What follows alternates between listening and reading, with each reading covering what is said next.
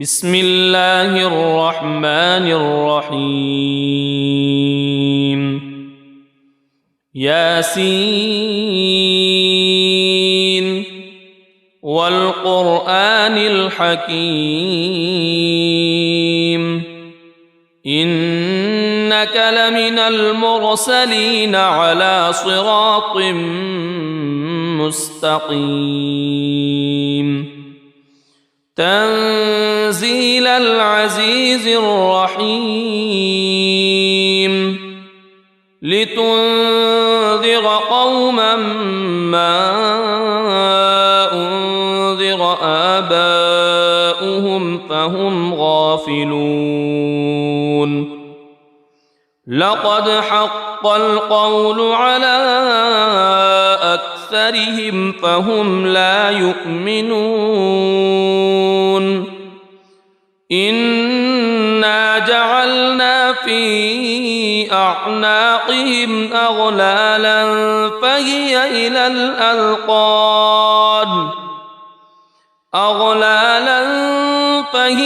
إلى الأذقان فهم مقمحون وجعلنا من بين أيديهم سدا ومن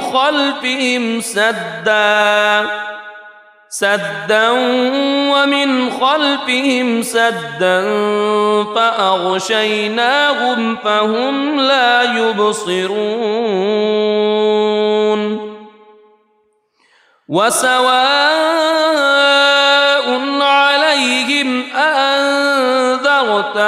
أم لم تنذرهم لا يؤمنون إنما تنذر من اتبع الذكر وخشي الرحمن بالغيب فبشره بمغفرة وأجر كريم إنا نحن نحيي الموتى ونكتب ما قدموا وآثارهم وكل شيء أحصيناه في إمام مبين واضرب لهم مثلا أصحاب القرية إذ جاءها المرسلون إذ أرسلنا إليهم اثنين فكذبوهما فعززنا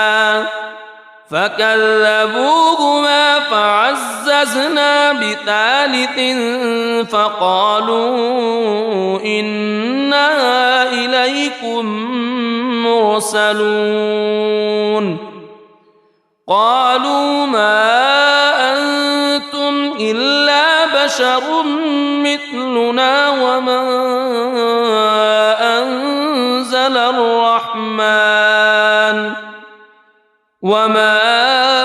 أنزل الرحمن من شيء إن أنتم إلا تكذبون قالوا ربنا يعلم إنا إليكم لمرسلون وما علينا إلا البلاغ المبين قالوا إنا تطيرنا بكم لئن لم تنتهوا لنرجمنكم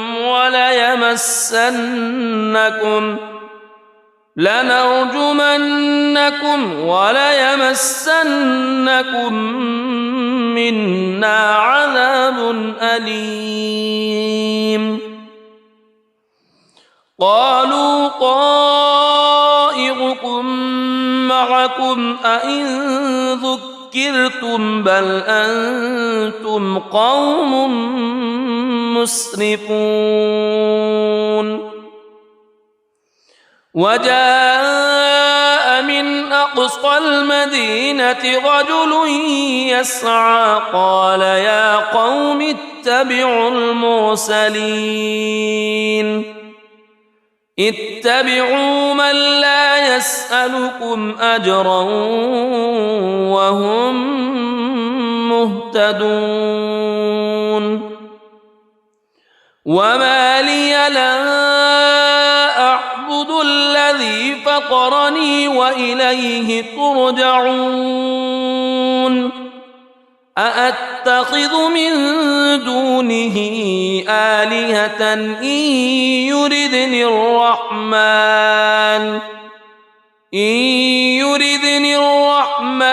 بضر لا تغن عني شفاعتهم شيئا ولا ينقذون إني إذا لفي ضلال مبين إني آمنت بربكم فاسمعون قيل ادخل الجنة قال يا ليت قومي يعلمون بما غفر لي ربي وجعلني من المكرمين وما أنزلنا على قومه من بعده من جند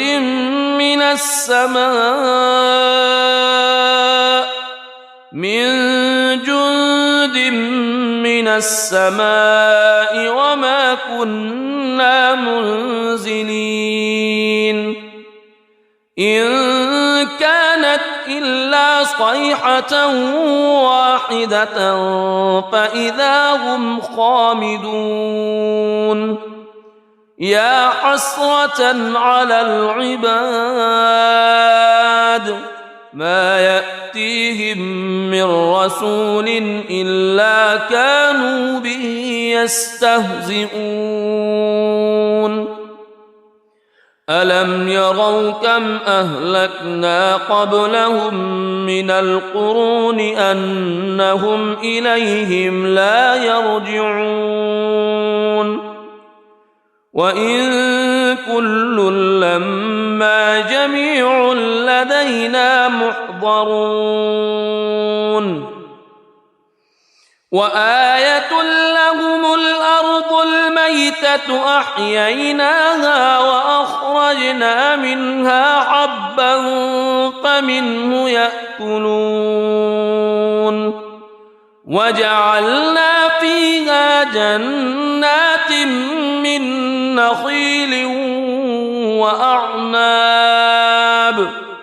من نخيل وأعناب وفجرنا فيها من العيون ليأكلوا من ثمره وما عملته أيديهم أفلا يشكرون سبحان الذي خلق الأزواج كلها مما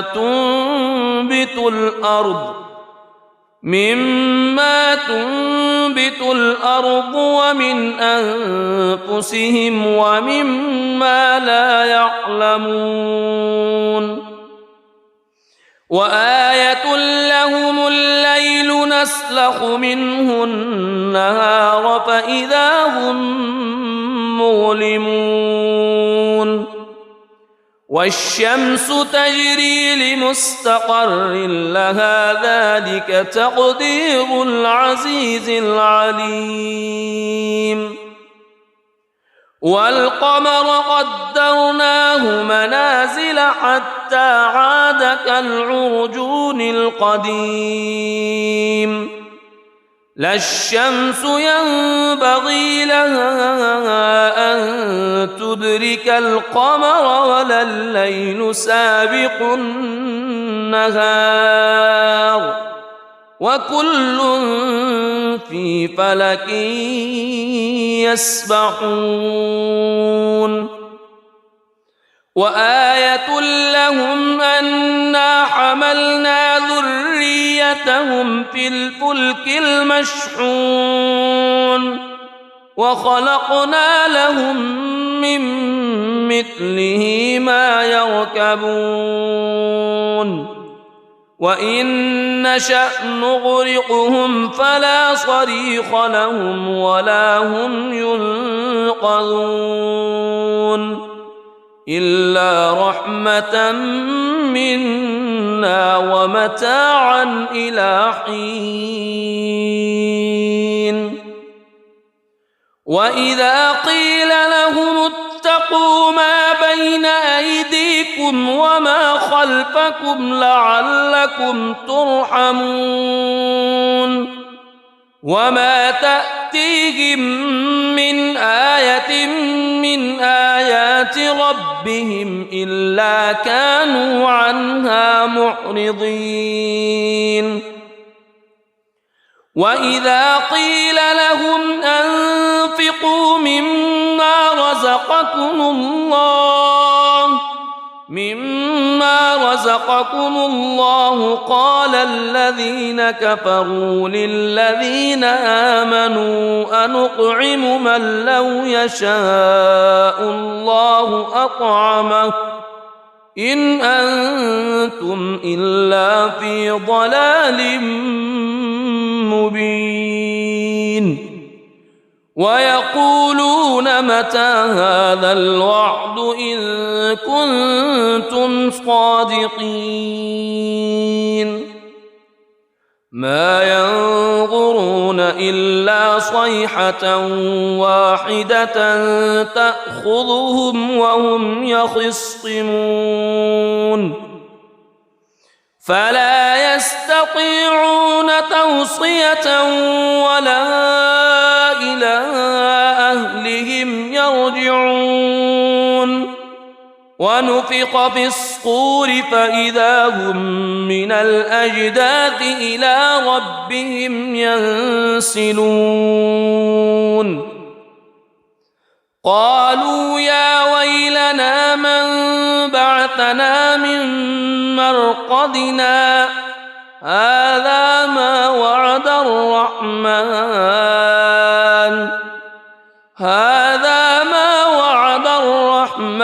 وصدق المرسلون إن كانت إلا صيحة واحدة فإذا هم جميع لدينا محضرون فاليوم لا تظلم نفس شيئا ولا تجزون إلا ما كنتم تعملون إن أصحاب الجنة اليوم في شغل فاكهون هم وأزواجهم في ظلال على الأرائك متكئون لهم فيها فاكهة ولهم ما يدعون سلام قولا من رب رحيم وامتازوا اليوم أيها المجرمون ألم أعهد إليكم يا بني ألا تعبدوا الشيطان ألم أعهد إليكم يا بني آدم ألا تعبدوا الشيطان إنه لكم عدو مبين وأن اعبدوني هذا صراط مستقيم ولقد أضل منكم جبلا كثيرا أفلم تكونوا تعقلون هذه جهنم التي كنتم توعدون اصلوها اليوم بما كنتم تكفرون اليوم نختم على أفواههم وتكلمنا أيديهم وتشهد أرجلهم بما كانوا يكسبون ولو نشاء لطمسنا على أعينهم فاستبقوا الصراط فأنى يبصرون ولو نشاء لمسخناهم على مكانتهم فما استطاعوا مضيا ولا يرجعون ومن نعمره ننكسه في الخلق أفلا يعقلون وما علمناه الشعر وما ينبغي له إن هو إلا ذكر وقرآن مبين لينذر من كان حيا ويحق القول على الكافرين أولم يروا أنا خلقنا لهم مما عملت أيدينا أنعاما فهم لها مالكون وذللناها لهم فمنها ركوبهم ومنها يأكلون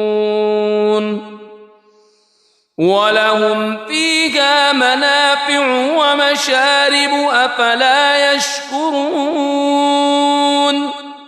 واتخذوا من دون الله آلهة لعلهم ينصرون لا يستطيعون نصرهم وهم لهم جند محضرون فلا يحزنك قولهم إنا نعلم ما يسرون وما يعلنون أولم ير الإنسان أنا خلقناه من نطفة فإذا هو خصيم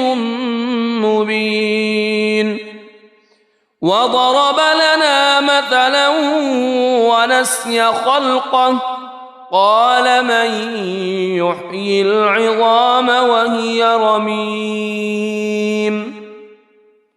قل يحييها الذي أنشأها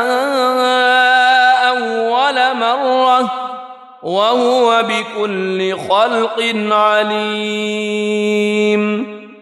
الذي جعل لكم من الشجر الأخضر نارا فإذا أنتم منه توقدون أوليس الذي خلق السماوات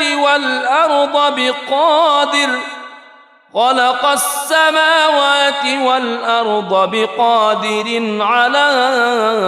أن يخلق مثلهم بلى وهو الخلاق العليم إنما أمره إذا أراد شيئا أن يقول له كن فيكون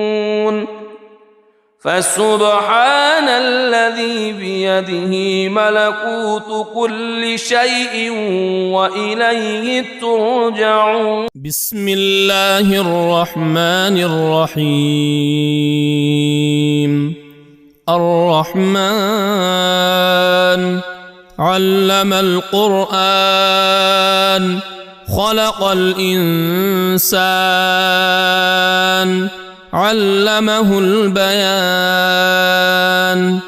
الشمس والقمر بحسبان والنجم والشجر يسجدان والسماء رفعها ووضع الميزان ألا تطغوا في الميزان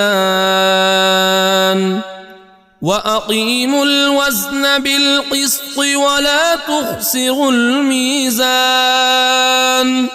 والأرض وضعها للأنام فيها فاكهة والنخل ذات الأكمام والحب ذو العصف والريحان فبأي آلاء ربكما تكذبان خلق الإنسان من صلصال كالفخار وخلق الجان من مارج من نار فبأي آلاء ربكما تكذبان رب المشرقين ورب المغربين فبأي آلاء ربكما تكذبان مرج البحرين يلتقيان بينهما برزخ لا يبغيان فبأي آلاء ربكما تكذبان يخرج منهما اللؤلؤ والمرجان فبأي آلاء ربكما تكذبان وله الجوار المنشآت في البحر كالأعلام فبأي آلاء ربكما تكذبان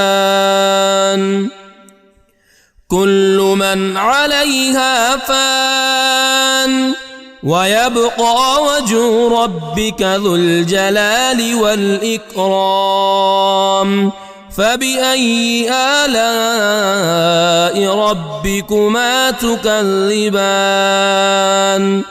يسأله من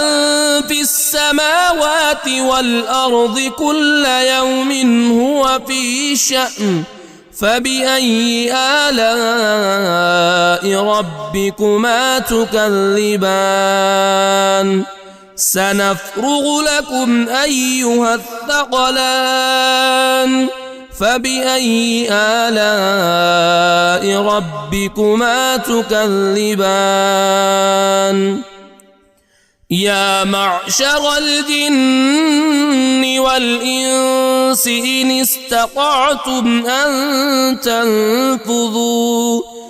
إن استطعتم أن تنفذوا من أقطار السماوات والأرض فانفذوا لا تنفذون إلا بسلطان فبأي آلاء ربكما تكذبان يرسل عليكما شواظ من نار ونحاس فلا تنتصران فبأي آلاء ربكما تكذبان فإذا انشقت السماء فكانت وردة كالدهان فبأي آلاء ربكما تكذبان فيومئذ لا يسأل عن ذنبه إنس ولا جان فبأي آلاء ربكما تكذبان يعرف المجرمون بسيماهم فيؤخذ بالنواصي والأقدام فبأي آلاء ربكما تكذبان هذه جهنم التي يكذب بها المجرمون يطوفون بينها وبين حميم آن فبأي آلاء ربكما تكذبان ولمن خاف مقام ربه جنتان فبأي آلاء ربكما تكذبان ذواتا أفنان فبأي آلاء ربكما تكذبان فيهما عينان تجريان فبأي آلاء ربكما تكذبان فيهما من كل فاكهة زوجان فبأي آلاء ربكما تكذبان متكئين على فرش بطائنها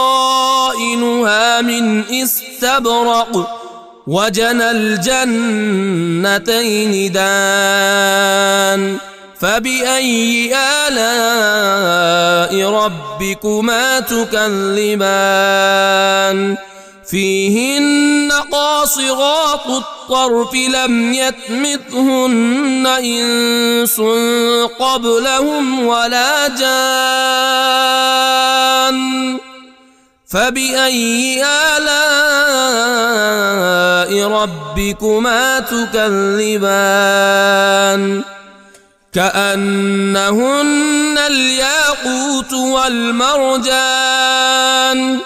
فبأي آلاء ربكما تكذبان هل جزاء الإحسان إلا الإحسان فبأي آلاء ربكما تكذبان ومن دونهما جنتان فبأي آلاء ربكما تكذبان مدهامتان فبأي آلاء ربكما تكذبان فيهما عينان نضاختان فبأي آلاء ربكما تكذبان فيهما فاكهة ونخل ورمان فبأي آلاء ربكما تكذبان فيهن خيرات حسان فبأي آلاء ربكما تكذبان حور مقصورات في الخيام فبأي آلاء ربكما تكذبان لم يطمثهن إنس قبلهم ولا جان فبأي آلاء ربكما تكذبان متكئين على رفرف خضر وعبقري حسان فبأي آلاء ربكما تكذبان تبارك اسم ربك ذي الجلال والإكرام بسم الله الرحمن الرحيم ياسين والقرآن الحكيم إنك لمن المرسلين على صراط مستقيم تنزيل العزيز الرحيم لتنذر قوما ما أنذر آباؤهم فهم غافلون لقد حق القول على أكثرهم فهم لا يؤمنون إنا جعلنا في أعناقهم أغلالا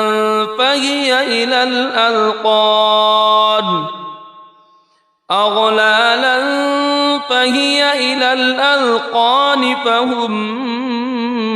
مقمحون وجعلنا من بين أيديهم سدا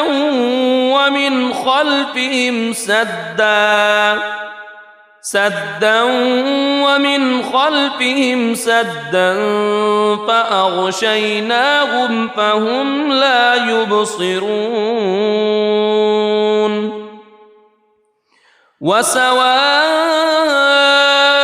عليهم أأنذرتهم أم لم تنذرهم لا يؤمنون إنما تنذر من اتبع الذكر وخشي الرحمن بالغيب فبشره بمغفرة وأجر كريم إنا نحن نحيي الموتى ونكتب ما قدموا وآثارهم وكل شيء أحصيناه في إمام مبين واضرب لهم مثلا أصحاب القرية إذ جاءها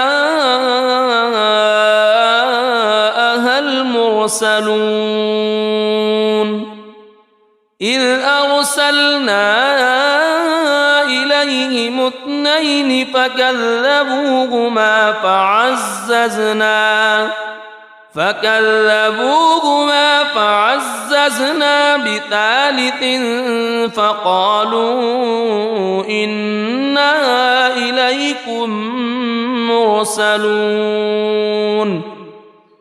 قالوا ما أنتم إلا بشر مثلنا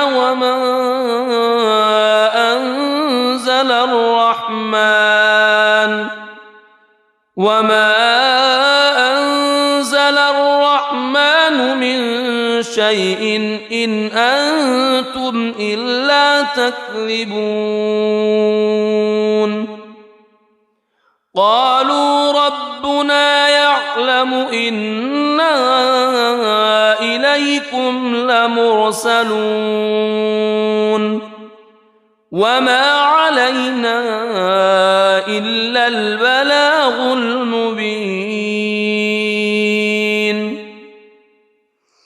قالوا إنا تطيرنا بكم لئن لم تنتهوا لنرجمنكم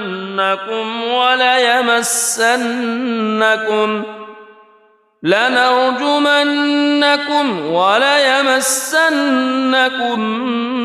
منا عذاب أليم قالوا طائركم معكم أئن ذكرتم بل أنتم قوم مسرفون وجاء من أقصى المدينة رجل يسعى قال يا قوم اتبعوا المرسلين اتبعوا من لا يسألكم أجرا وهم مهتدون وما لي لا أعبد الذي فطرني وإليه ترجعون أأتخذ من دونه آلهة إن يردني الرحمن بضر لا تغن عني شفاعتهم شيئا ولا ينقذون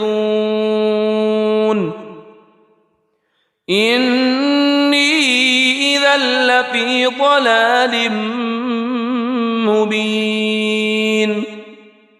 إني آمنت بربكم فاسمعون قيل ادخل الجنة قال يا ليت قومي يعلمون بما غفر لي ربي وجعلني من المكرمين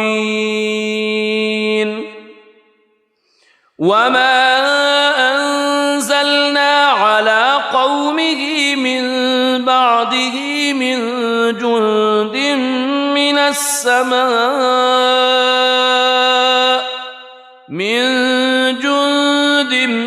من السماء وما كنا منزلين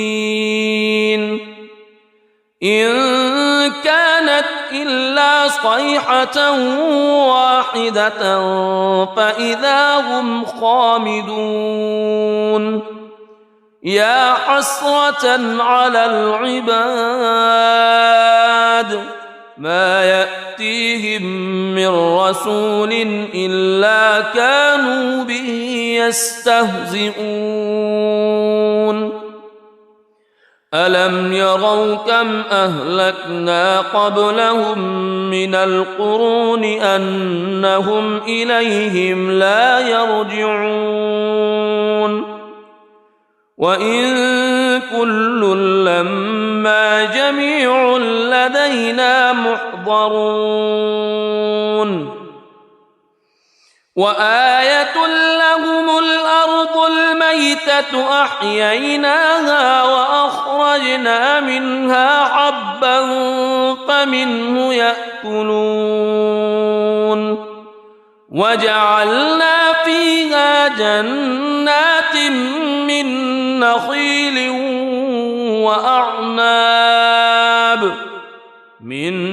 نخيل وأعناب وفجرنا فيها من العيون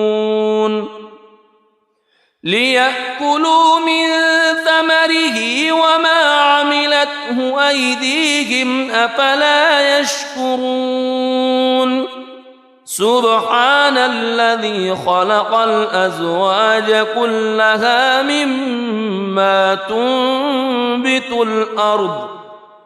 مما تنبت الأرض ومن أنفسهم ومما لا يعلمون وآية لهم الليل نسلخ منه النهار فإذا هم مظلمون والشمس تجري لمستقر لها ذلك تقدير العزيز العليم والقمر قدرناه منازل حتى عاد كالعرجون القديم لا الشمس ينبغي لها أن تدرك القمر ولا الليل سابق النهار وكل في فلك يسبحون وآية لهم أنا حملنا ذريتهم في الفلك المشحون وخلقنا لهم من مثله ما يركبون وإن نشأ نغرقهم فلا صريخ لهم ولا هم ينقذون إلا رحمة منا ومتاعا إلى حين وإذا قيل لهم اتقوا ما بين أيديكم وما خلفكم لعلكم ترحمون وما تأتيهم من آية من آيات ربهم إلا كانوا عنها معرضين وإذا قيل لهم أنفقوا مما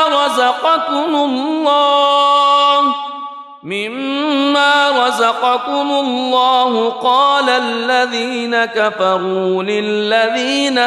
آمنوا أنطعم من لو يشاء الله أطعمه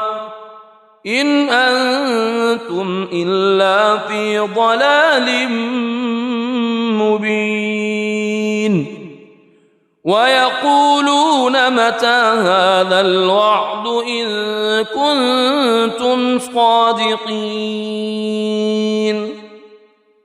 ما ينظرون إلا صيحة واحدة تأخذهم وهم يخصمون فلا يستطيعون توصية ولا إلى أهلهم يرجعون ونفخ في الصور فإذا هم من الأجداث إلى ربهم ينسلون قالوا يا ويلنا من بعثنا من مرقدنا هذا ما وعد الرحمن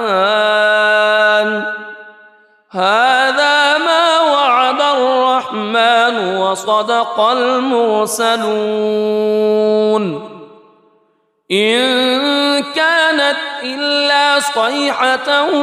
واحدة فإذا هم جميع لدينا محضرون فاليوم لا تظلم نفس شيئا ولا تجزون إلا ما كنتم تعملون إن أصحاب الجنة اليوم في شغل فاكهون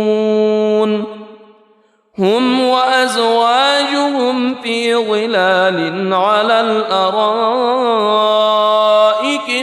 متكئون لهم فيها فاكهة ولهم ما يدعون سلام قولا من رب رحيم وامتازوا اليوم أيها المجرمون ألم أعهد إليكم يا بني ألا تعبدوا الشيطان ألم أعهد إليكم يا بني آدم ألا تعبدوا الشيطان إنه لكم عدو مبين وأن اعبدوني هذا صراط مستقيم ولقد أضل منكم جبلا كثيرا أفلم تكونوا تعقلون هذه جهنم التي كنتم توعدون اصلوها اليوم بما كنتم تكفرون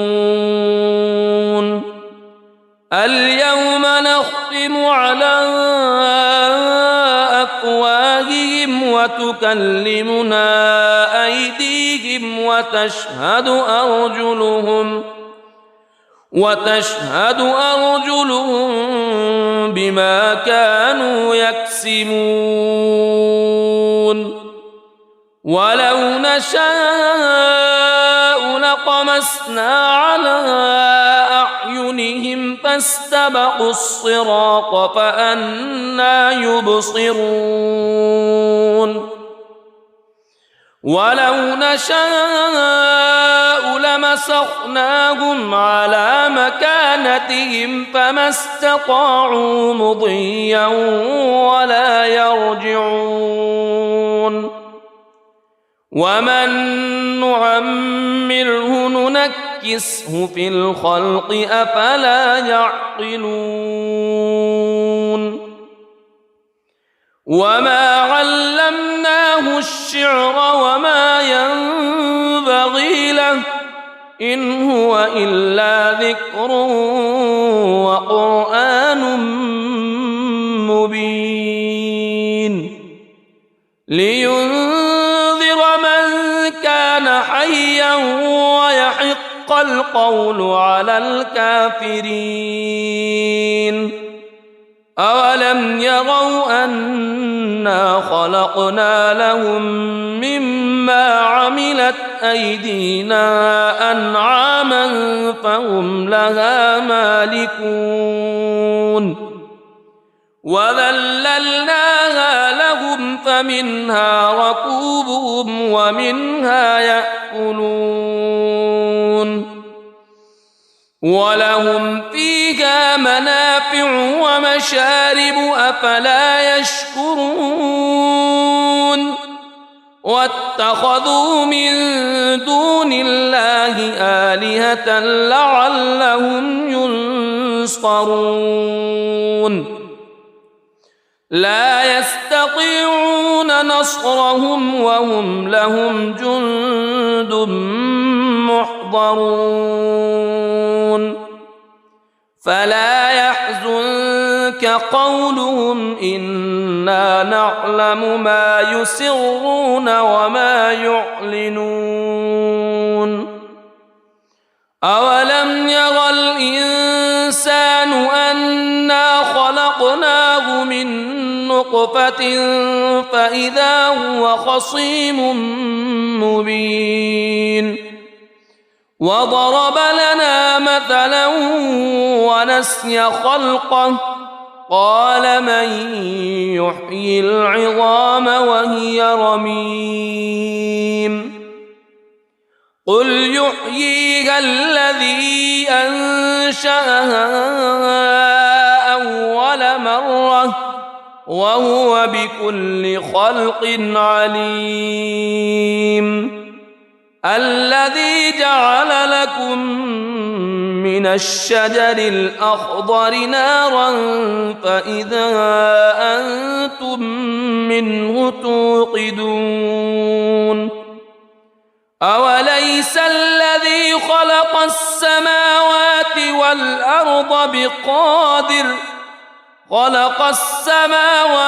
والأرض بقادر على أن يخلق مثلهم بلى وهو الخلاق العليم إنما أمره إذا أراد شيئا أن يقول له كن فيكون فسبحان الذي الذي بيده ملكوت كل شيء وإليه ترجعون. بسم الله الرحمن الرحيم. الرحمن علم القرآن خلق الإنسان علمه البيان. الشمس والقمر بحسبان والنجم والشجر يسجدان. والسماء رفعها ووضع الميزان ألا تطغوا في الميزان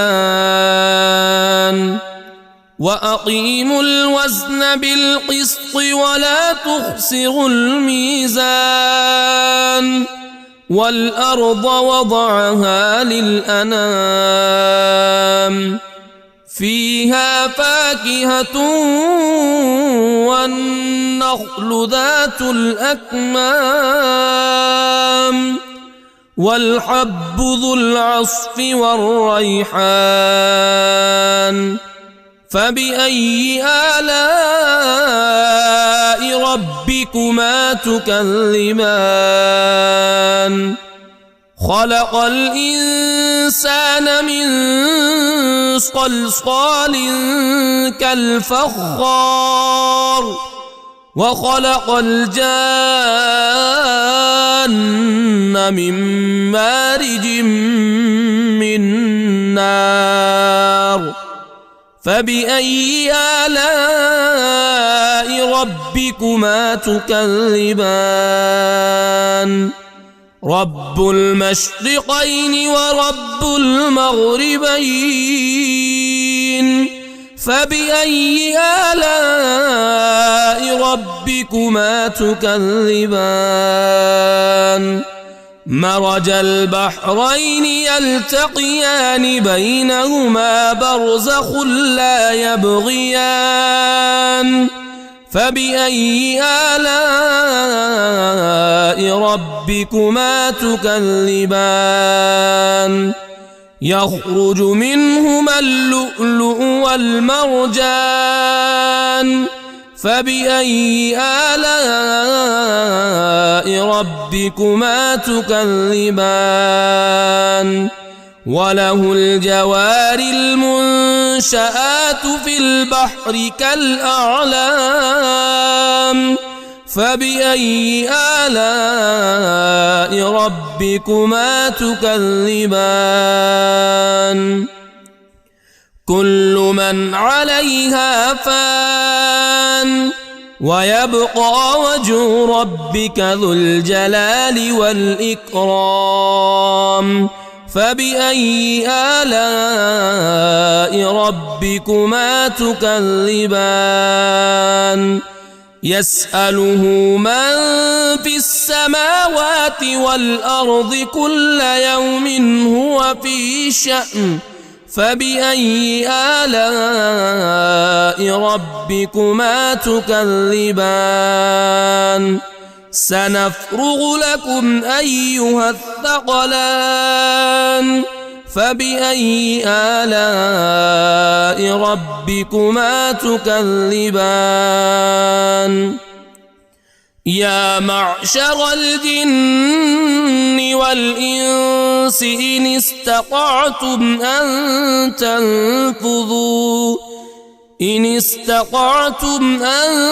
تنفذوا من أقطار السماوات والأرض فانفذوا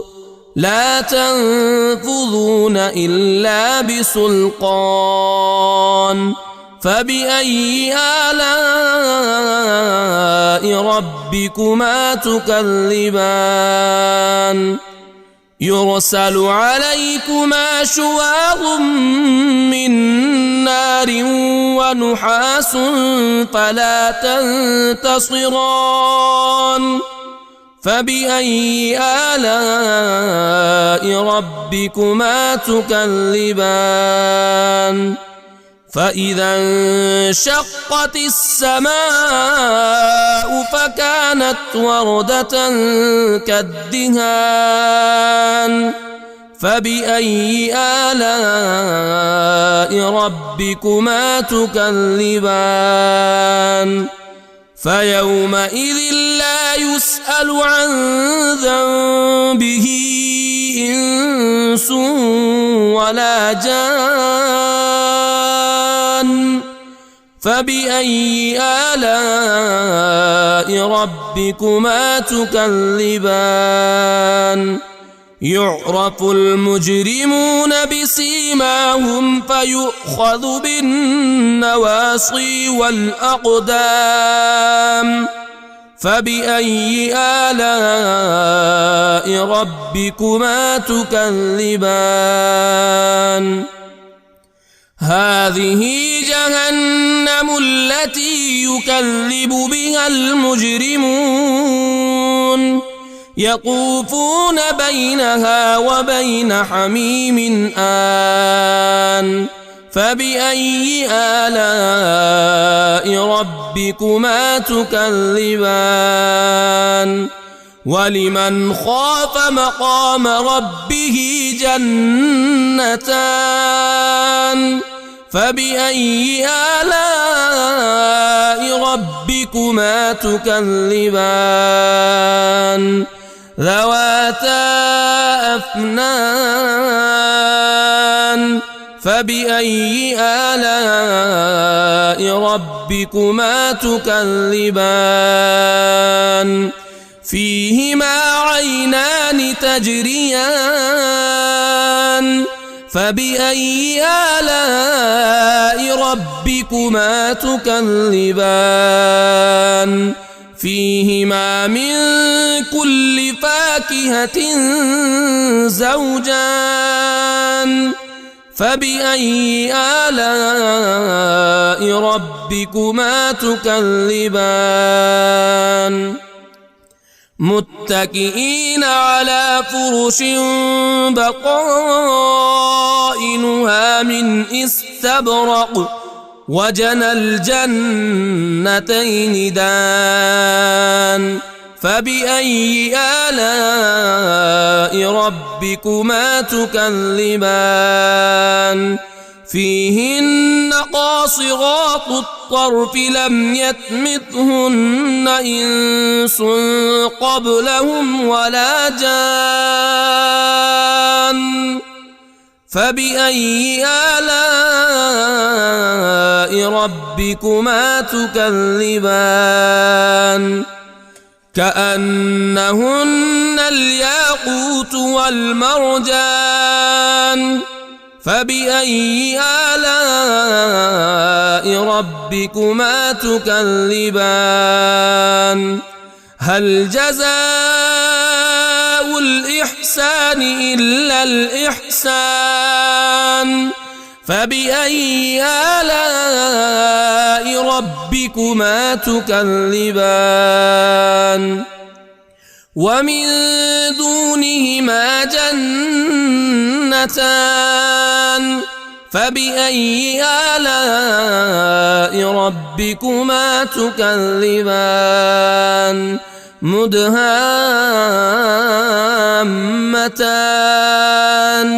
فبأي آلاء ربكما تكذبان فيهما عينان نضاختان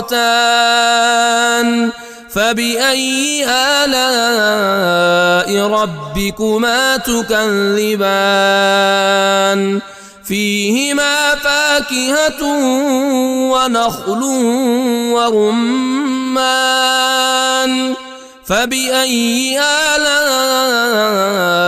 ربكما تكذبان فيهن خيرات حسان فبأي آلاء ربكما تكذبان حور مقصورات في الخيام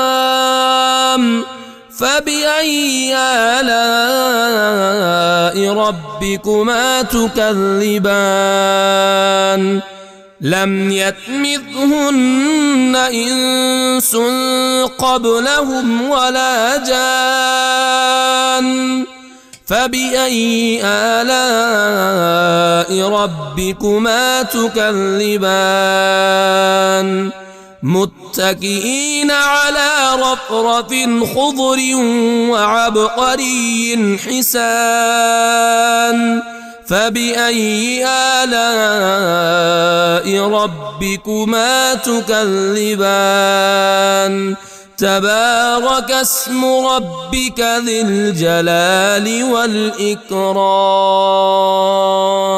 بسم الله الرحمن الرحيم. ياسين والقرآن الحكيم إنك لمن المرسلين على صراط مستقيم تنزيل العزيز الرحيم لتنذر قوما ما أنذر آباؤهم فهم غافلون لقد حق القول على أكثرهم فهم لا يؤمنون إنا جعلنا في أعناقهم أغلالا فهي إلى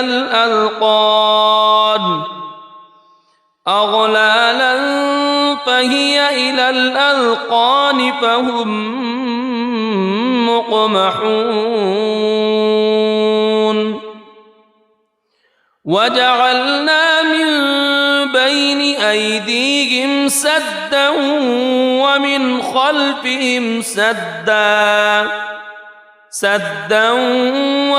خلفهم سدا فأغشيناهم فهم لا يبصرون وسواء عليهم أأنذرتهم أم لم تنذرهم لا يؤمنون إنما تنذر من اتبع الذكر وخشي الرحمن بالغيب فبشره بمغفرة وأجر كريم إنا نحن نحيي الموتى ونكتب ما قدموا وآثارهم وكل شيء أحصيناه في إمام مبين واضرب لهم مثلا أصحاب القرية إذ جاءها المرسلون إذ أرسلنا إليهم اثنين فكذبوهما فعززنا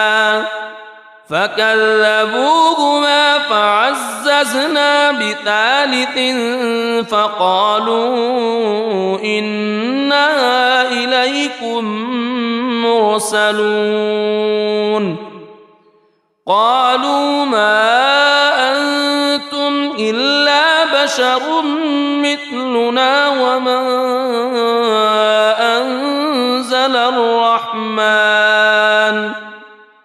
وما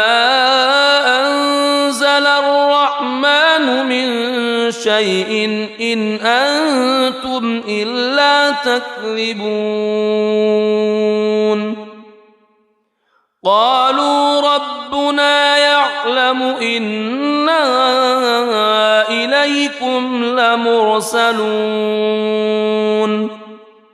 وما علينا إلا البلاغ المبين قالوا إنا تطيرنا بكم لئن لم تنتهوا لنرجمنكم وليمسنكم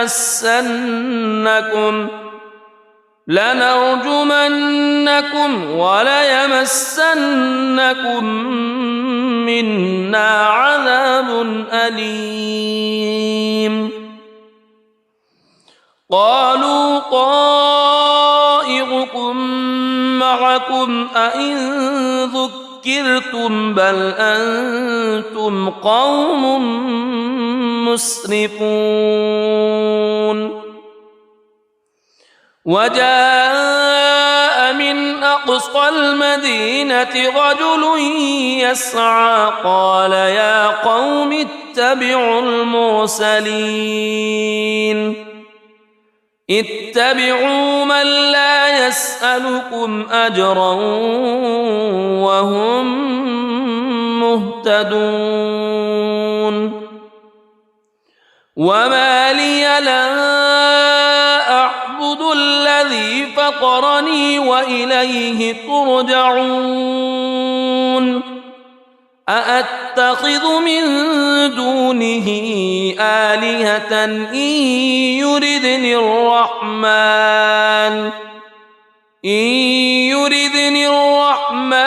بضر لا تغن عني شفاعتهم شيئا ولا ينقذون إني إذا لفي ضلال مبين إني آمنت بربكم فاسمعون قيل ادخل الجنة قال يا ليت قومي يعلمون بما غفر لي ربي وجعلني من المكرمين وما أنزلنا على قومه من بعده من جند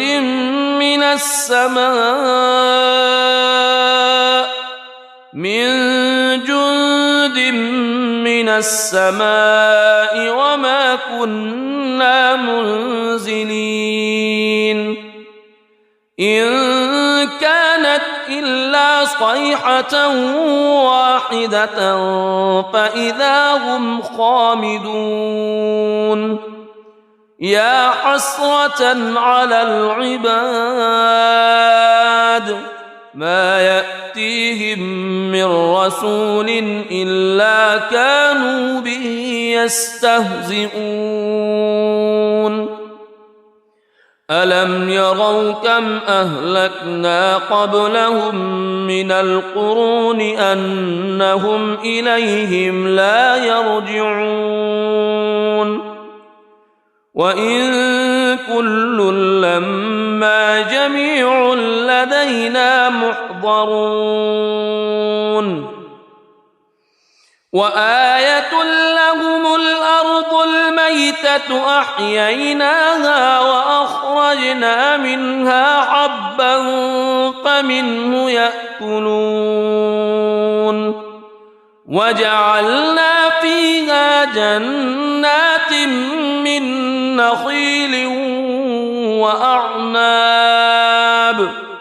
من نخيل وأعناب وفجرنا فيها من العيون ليأكلوا من ثمره وما عملته أيديهم أفلا يشكرون سبحان الذي خلق الأزواج كلها مما تنبت الأرض ومن أنفسهم ومما لا يعلمون وآية لهم الليل نسلخ منه النهار فإذا هم مظلمون والشمس تجري لمستقر لها ذلك تقدير العزيز العليم والقمر قدرناه منازل حتى عاد كالعرجون القديم لا الشمس ينبغي لها أن تدرك القمر ولا الليل سابق النهار وكل في فلك يسبحون وآية لهم أنا حملنا ذريتهم في الفلك المشحون وخلقنا لهم من مثله ما يركبون وإن نشأ نغرقهم فلا صريخ لهم ولا هم ينقذون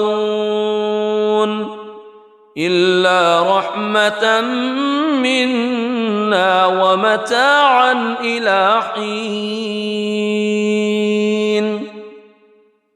وإذا قيل لهم اتقوا ما بين أيديكم وما خلفكم لعلكم ترحمون وما تأتيهم من آية من آيات ربهم إلا كانوا عنها معرضين وإذا قيل لهم أنفقوا مما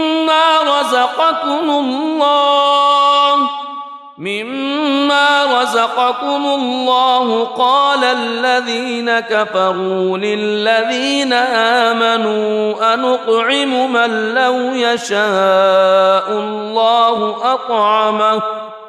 إن أنتم إلا في ضلال مبين ويقولون متى هذا الوعد إن كنتم صادقين ما ينظرون إلا صيحة واحدة تأخذهم وهم يخصمون فلا يستطيعون توصية ولا إلى أهلهم يرجعون ونفخ في الصور فإذا هم من الأجداث إلى ربهم ينسلون قالوا يا ويلنا من بعثنا من مرقدنا هذا ما وعد الرحمن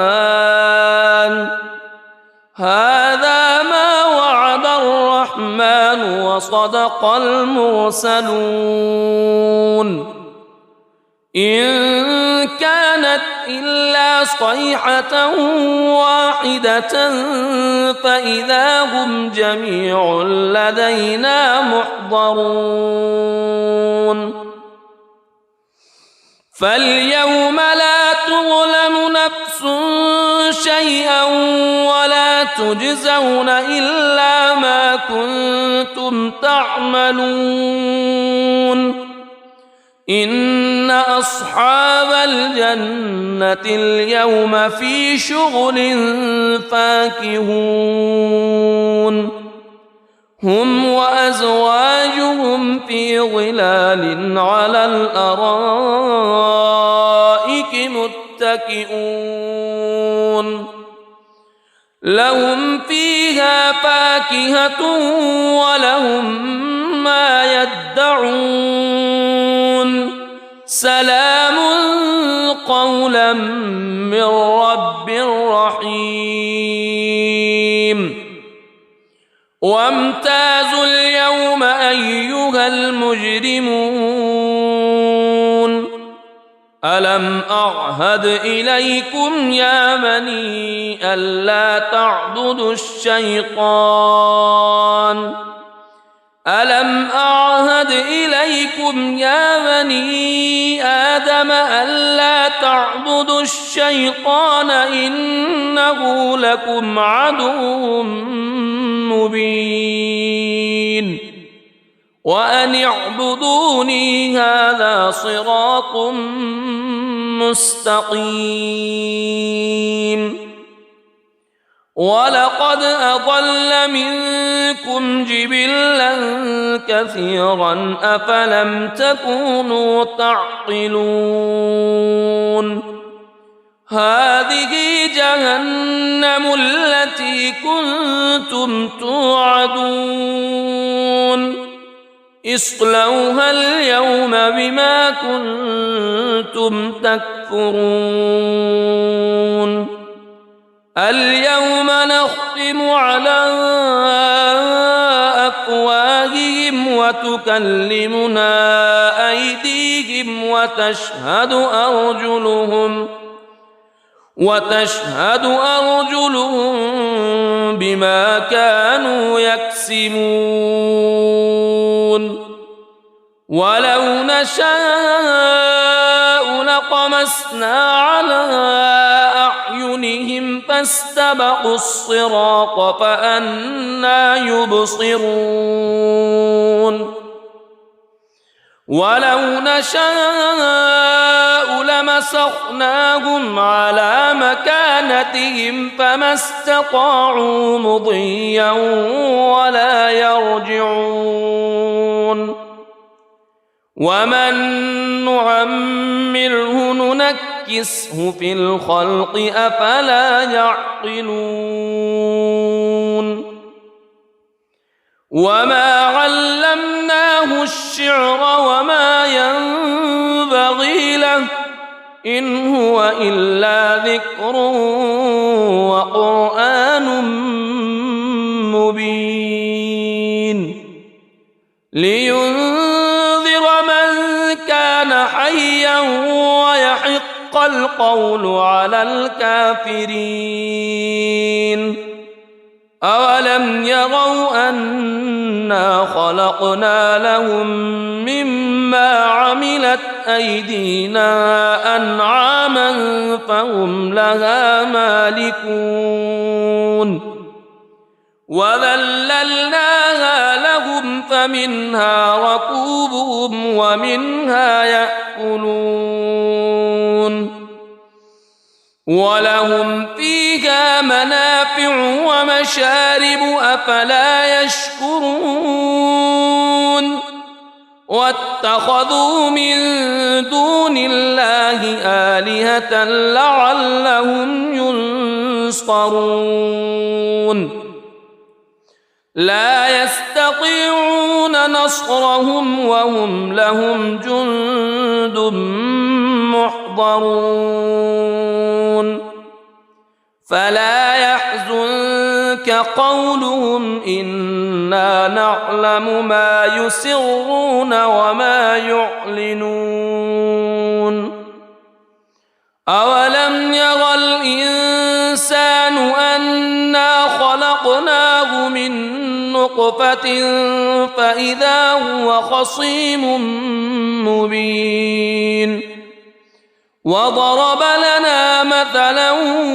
ونسي خلقه قال من يحيي العظام وهي رميم قل يحييها الذي أنشأها أول مرة وهو بكل خلق عليم الذي جعل لكم من الشجر الأخضر نارا فإذا أنتم منه توقدون أوليس الذي خلق السماوات والأرض خلق السماوات والأرض بقادر على أن يخلق مثلهم بلى وهو الخلاق العليم إنما أمره إذا أراد شيئا أن يقول له كن فيكون فسبحان الذي بيده ملكوت كل شيء وإليه ترجعون. بسم الله الرحمن الرحيم. الرحمن علم القرآن خلق الإنسان علمه البيان الشمس والقمر بحسبان والنجم والشجر يسجدان والسماء رفعها ووضع الميزان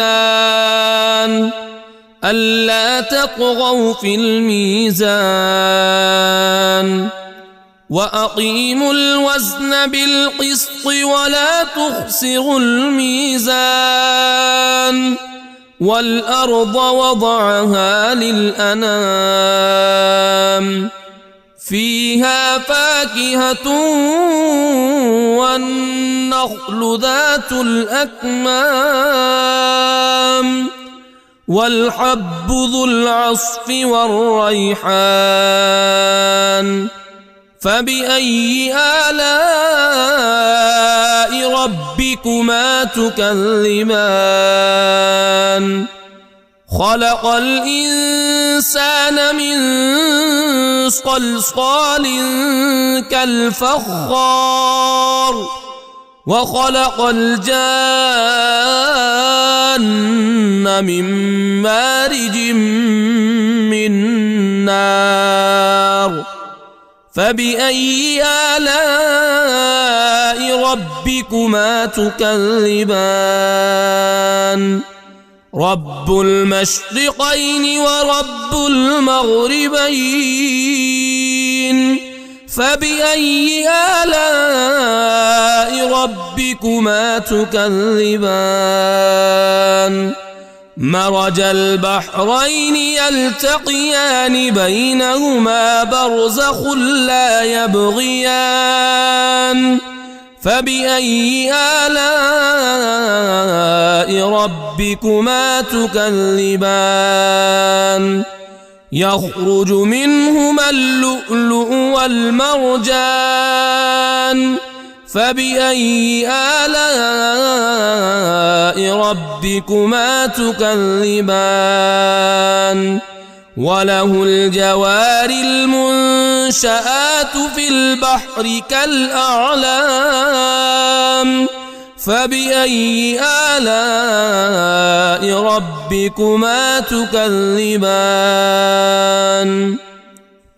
كل من عليها فان ويبقى وجه ربك ذو الجلال والإكرام فبأي آلاء ربكما تكذبان يسأله من في السماوات والأرض كل يوم هو في شأن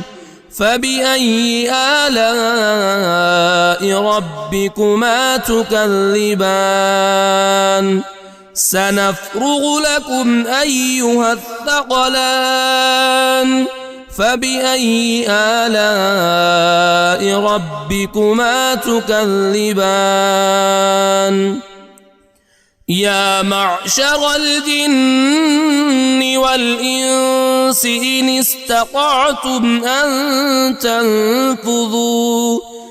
إن استطعتم أن تنفذوا من أقطار السماوات والأرض فانفذوا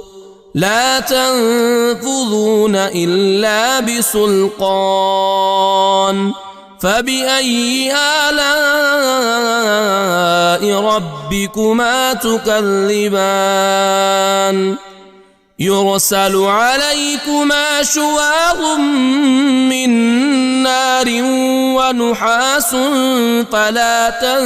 تنتصران فبأي آلاء ربكما تكذبان فإذا انشقت السماء فكانت وردة كالدهان فبأي آلاء ربكما تكذبان فيومئذ لا يسأل عن ذنبه إنس ولا جان فبأي آلاء ربكما تكذبان يعرف المجرمون بسيماهم فيؤخذ بالنواصي والأقدام فبأي آلاء ربكما تكذبان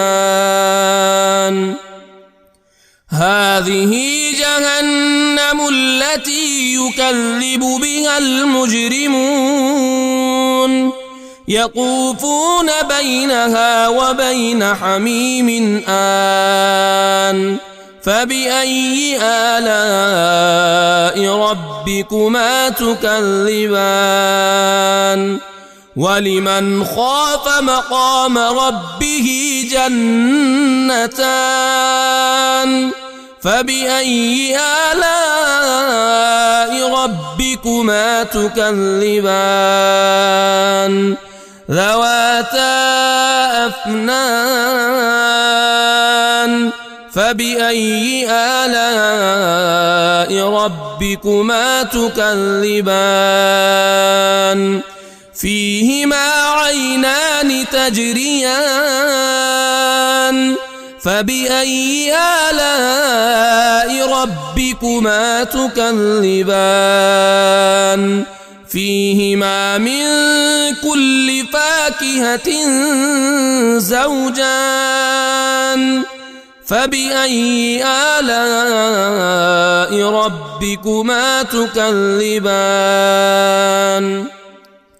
متكئين على فرش بطائنها من استبرق وجنى الجنتين دان فبأي آلاء ربكما تكذبان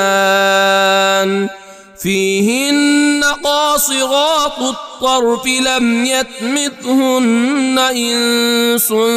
قبلهم ولا جان فبأي آلاء ربكما تكذبان كأنهن الياقوت والمرجان فبأي آلاء ربكما تكذبان هل جزاء الإحسان إلا الإحسان فبأي آلاء ربكما تكذبان ومن دونهما جنتان فبأي آلاء ربكما تكذبان مدهامتان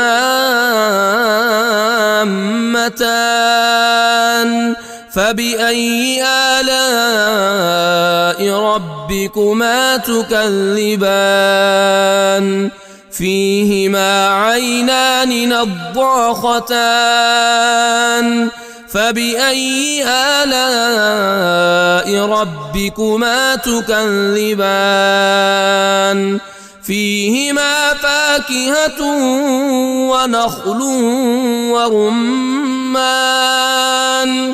فبأي آلاء ربكما تكذبان فيهن خيرات حسان فبأي آلاء ربكما تكذبان حور مقصورات في الخيام فبأي آلاء ربكما تكذبان لم يطمثهن إنس قبلهم ولا جان فبأي آلاء ربكما تكذبان متكئين على رفرف خضر وعبقري حسان فبأي آلاء ربكما تكذبان تبارك اسم ربك ذي الجلال والإكرام